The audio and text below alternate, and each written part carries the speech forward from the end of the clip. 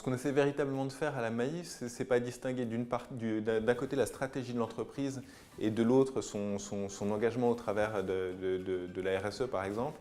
C'est véritablement de mettre l'engagement et une posture éthique d'une certaine manière au cœur de la stratégie de l'entreprise. Et ça, on essaie de le décliner sur toute la stratégie, dans les différents aspects du métier d'assureur, que ce soit la relation client, les relations internes ou typiquement le métier d'investisseur avec l'investissement socialement responsable. Donc vraiment la clé pour nous, c'est cet alignement. Si je prends l'exemple de la relation client par exemple, l'idée on a réussi à développer une vraie culture de la recherche de la satisfaction client qui se manifeste par des niveaux de fidélité qui sont extrêmement élevés. Et ça, c'est autant de personnes en moins à recruter pour stabiliser un portefeuille d'assurance, des économies qui peuvent être réinvesties dans la qualité de la relation, ce qui nourrit à nouveau la satisfaction et la fidélité. Donc on sent bien que ça nourrit un cercle vertueux. Et c'est véritablement ce cercle vertueux qu'on cherche à construire et à entretenir. Enfin, je parlais de fidélité des clients, on a aussi la chance d'avoir un attachement extrêmement fort des salariés à l'entreprise qui se manifeste aussi par une fidélité très élevée à l'entreprise.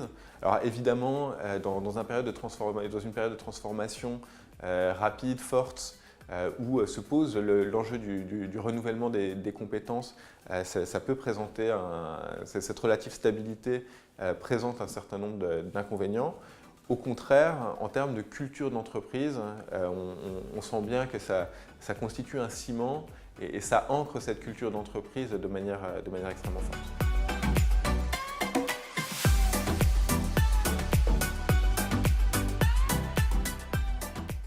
On a la chance de pouvoir s'appuyer sur une gouvernance qui est un peu atypique dans la mesure où notre Assemblée générale, notre conseil d'administration, notre Assemblée générale est composée exclusivement de clients, de sociétaires, et notre conseil d'administration est composé exclusivement de sociétaires et de salariés.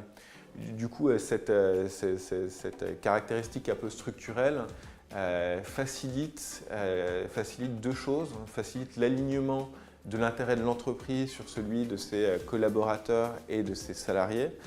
Et il facilite une capacité à se projeter sur le long terme, parce qu'on sent bien que le business model qu'on cherche à construire, il est pertinent, mais il a aussi un coût à court terme, c'est des renoncements, c'est accepter de mieux indemniser une victime de sinistre à un instant donné, c'est proposer des garanties qui sont plus couvrantes, c'est accepter de renoncer à des ventes de contrats parce qu'on estime que ce n'est pas pertinent, ce n'est pas ce dont nos sociétaires ont besoin. Ça, c'est un coût à court terme. On estime qu'on en retire un vrai bénéfice à long terme.